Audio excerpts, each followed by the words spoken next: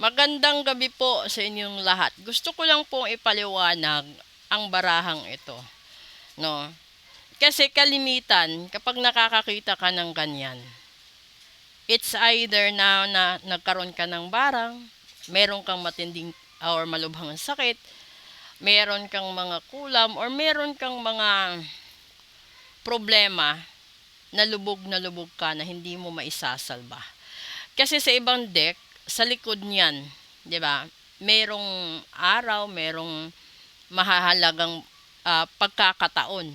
So ibig sabihin nun, dito sa deck na 'yan, merong dalawang pinto sa likod niya. So posible yung isang pinto niyan patungo sa kabutihan, yung isa patungo sa hindi maganda, 'di ba? So it represents the end and the rebirth of a person, a chance or an opportunity sa buhay natin.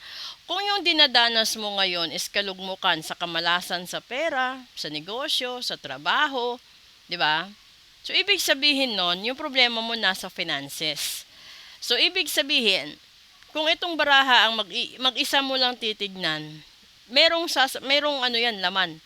It's either putulin mo ang mga dahilan or nakagawian mo na naging dahilan kung bakit ka nalugmok, 'di ba?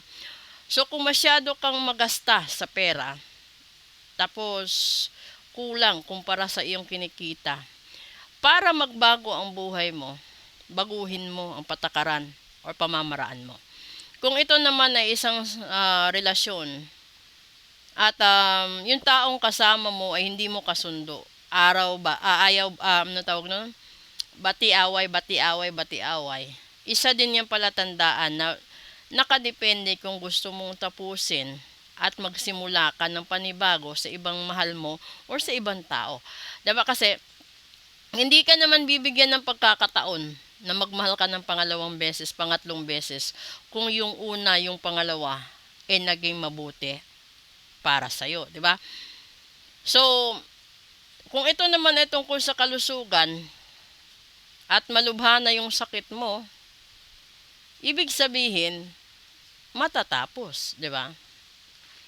At may babaguhin ka. Kung ito'y barang, para hindi mategi, ibig sabihin yan, tanggalin mo yung barang. Tapusin mo yung barang, tapusin mo yung kulam, yung gayuma, yung sumpa, para magbago ang buhay mo.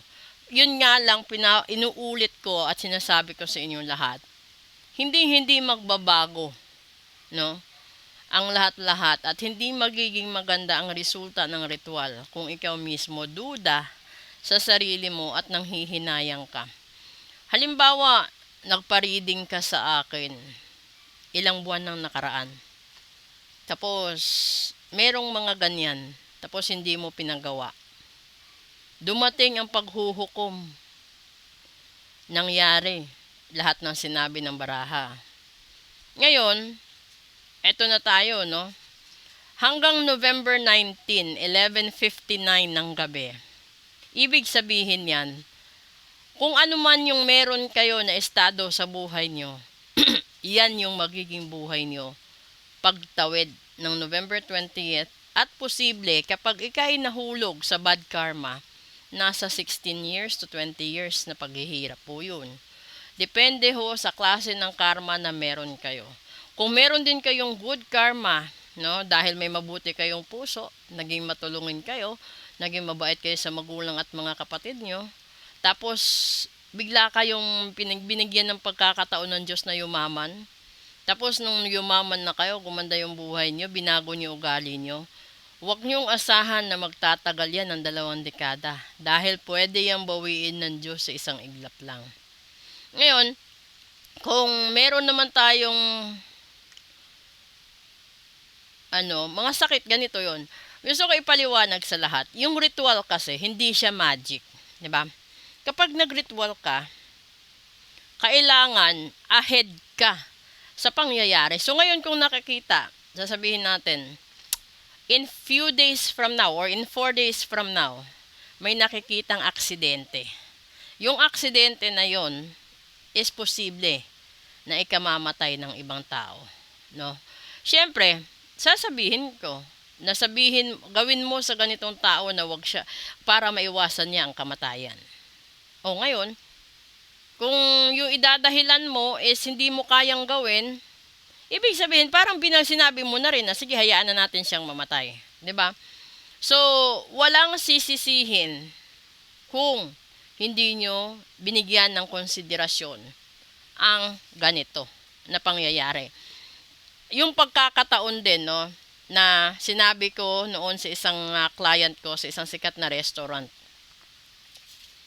Sabi ko sa kanya, baguhin mo ang sistema, yung patakaran mo sa mga tao, dahil pag hindi mo binago yan sa loob ng isang linggo, malulugi ka.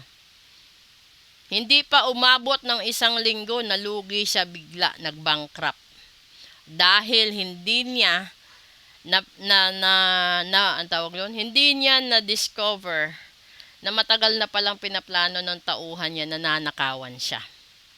So, it was too late for him. Kasi hindi siya naniwala na iritual yon. Kasi kung niritual niya sana yon, yung isipan ng tauhan niya, yung damdamin ng tauhan niya, ma-divert doon sa positive na wag siyang nakawan dahil lahat sila mawawalan. Kasi yung laman ng isipan ng magnanakaw sarili niya eh. Pero kung ayaw mo na mangyari sa iyo yon, no? Ganun din 'yun sa mga addict. 'Di ba? Kaya minsan may napapatay eh. May napapatay dahil hindi nakikinig, no? Hindi niyo maano 'yan. Kung sinabi ng isang lehitimong manghuhula na merong mamamatay, merong mawawala, merong mapapabayaan, merong maaksidente, dapat paniwalaan at pasalamatan nyo yun. Kasi wala namang ibang tao na pwedeng magbigay sa inyo ng guide maliban na lang sa mga lehitimo na katulad namin. Hindi yan pananakot, katotohanan yan. Kaso nga lang, tsaka ka pa maniniwala kapag nangyari na, 'di ba? So, ganito halimbawa, may nakita ka sa isang baraha na matatapos at madidisgrasya siya halimbawa sa petsa 19. Kapag nadisgrasya siya sa 19, hindi siya napuruhan. Babalikan mo ako, sasabihin mo, pagalingin mo siya, gagawin ko lahat. Hindi ho yan magic. Uulitin ko, ang ritual ay hindi magic. So, kapag na-aksidente na at nangyari na yun, pwede siyang mabuhay sa araw na yan. Pero sa loob ng 24 hanggang 48 oras talagang matitegi siya kung nasa baraha na matitegi siya.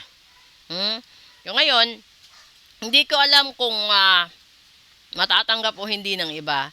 Pero hindi lahat ng pangyayari sa buhay ay maganda lang. Kasi 'di ba, nagiging hesitant kang maniwala sa negative kasi yung gusto mo lang marinig is positive.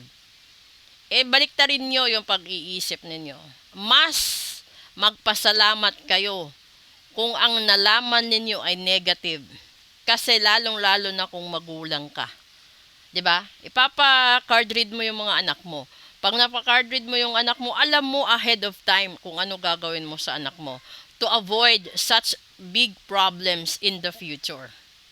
At yung pinag-uusapan nating problems yan, di ba?